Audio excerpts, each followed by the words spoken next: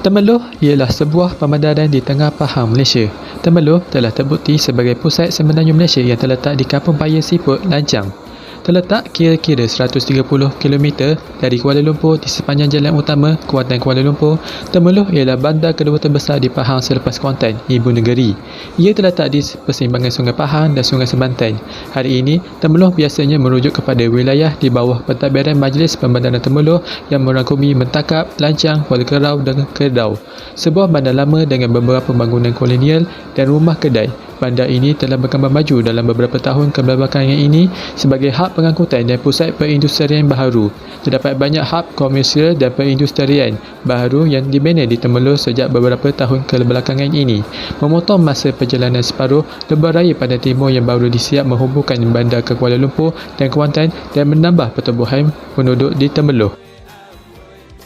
Dalam hal ini, Temeloh juga telah memiliki banyak kemudahan iaitu infrastruktur yang dapat memudahkan penduduk di sini, antaranya seperti pusat beli belah, sekolah, hospital, stadium mini, pasar iaitu pekan sehari dan lain-lain lagi. Oleh sebab itu, ekonomi di Temeloh juga telah maju dan juga meningkat disebabkan oleh pembukaan pekan sehari di mana para peniaga akan berniaga di situ dengan aneka-aneka jualan mereka. Namun begitu, tidak dapat dinafikan bahawa Temeloh juga merupakan sebuah daerah yang sering berlaku bencana disebabkan oleh keluasan daerah yang besar. Banyak pengusaha-pengusaha yang tidak bertanggungjawab cuba mengeksploitasikan kawasan ini.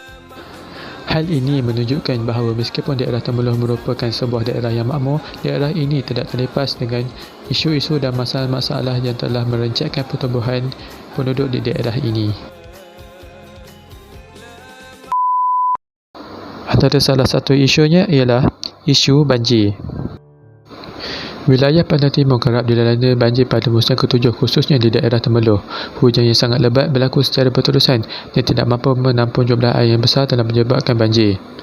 Di Temeloh, pembangunan yang tidak terkawal terutamanya penambangan hutan akan mempercepatkan ralian air hujan, mengganggu aliran air semula jadi dan mengakibatkan lokasi dihilir menerima jumlah air yang tidak terkawal dan untuk menyebabkan banjir.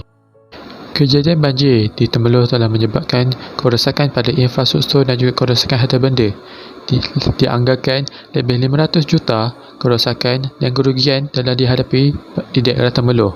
Kelengkapan rumah, peralatan elektrik dan juga penyelenggaraan kenderaan yang dinaiki air semuanya rosak dan lebih dianggarkan lebih 100 juta telah mengalami kerugian oleh masa banjir.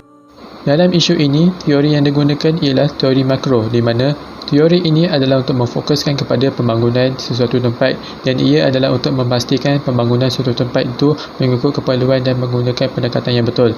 Namun, di Temeloh, pembangunan yang tidak terkawal telah menyebabkan berlakunya banjir yang begitu dahsyat.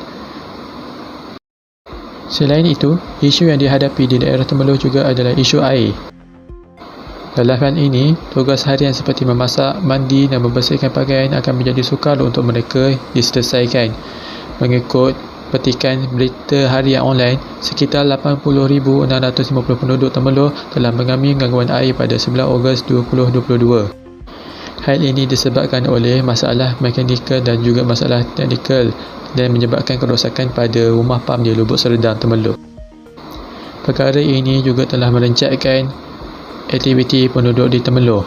Oleh sebab itu, ramai peniaga telah berhenti beroperasi kerana sukar untuk memasak dan juga mencuci barangan dapur tanpa air.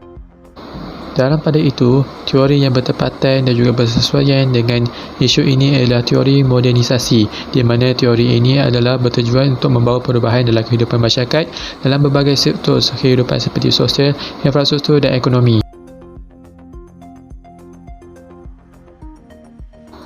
Seterusnya, masalah pembalakan di Temeloh turut menarik perhatian. Operasi pembalakan yang tidak terkawal telah memberi kesan pada sumber untuk kehidupan manusia dan haiwan. Dalam hal ini, pembalakan telah memberi kesan pada habitat haiwan.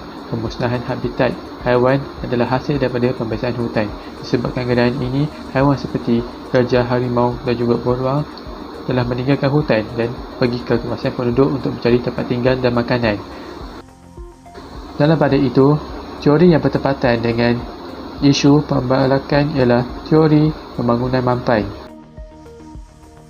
Di samping itu, Temerloh juga tidak terlepas dengan isu bauksit disebabkan oleh asap dan debu yang dibawa oleh lori yang menyebabkan ramai penduduk Temerloh tidak senang dengan perkara ini. Ramai penduduk Temerloh melancarkan bantahan namun tetap diindahkan oleh pihak pengusaha. Hal ini telah menyebabkan terdapat banyak penyakit telah dihadapi iaitu seperti sesak nafas, sakit mata dan asma. Oleh sebab itu, terdapat program pembangunan yang telah dilaksanakan di daerah Temerloh dan antaranya ialah program pemulihan sungai dan menaik taraf kolam tanggungan banjir. Selain itu, projek pembinaan pam air. Menerusi program pembangunan ini atas kerjasama Majlis Pembangunan Temerloh dan Jabatan Kerja Raya Pahang, dengan penambahan rumah pam akan dapat mengelakkan daripada masalah kekurangan air di Temerloh. Di samping itu juga, terdapat juga program hutan sipan di mana program pembangunan ini dilakukan bagi memastikan dan bagi membendung kegiatan pelombongan dan kegiatan pembalakan. Sekurang-kurangnya, kajian yang dilakukan di daerah Temerloh telah membuktikan bahawa konsep dan teori pembangunan sangatlah berguna dalam menangani isu-isu pembangunan yang sering berlaku di kawasan Temerloh. Hal ini, pemerintah haruslah mengambil tahu tentang isu pembangunan yang berlaku di kawasan tersebut dan segera menyelesaikan demi kesejahteraan rakyat di situ. Kawasan yang harmoni adalah kawasan yang diperintah oleh pemerintah yang sering menekankan isu pembangunan yang berlaku dan sedaya upaya mengakhirinya dengan teori pembangunan yang sesuai.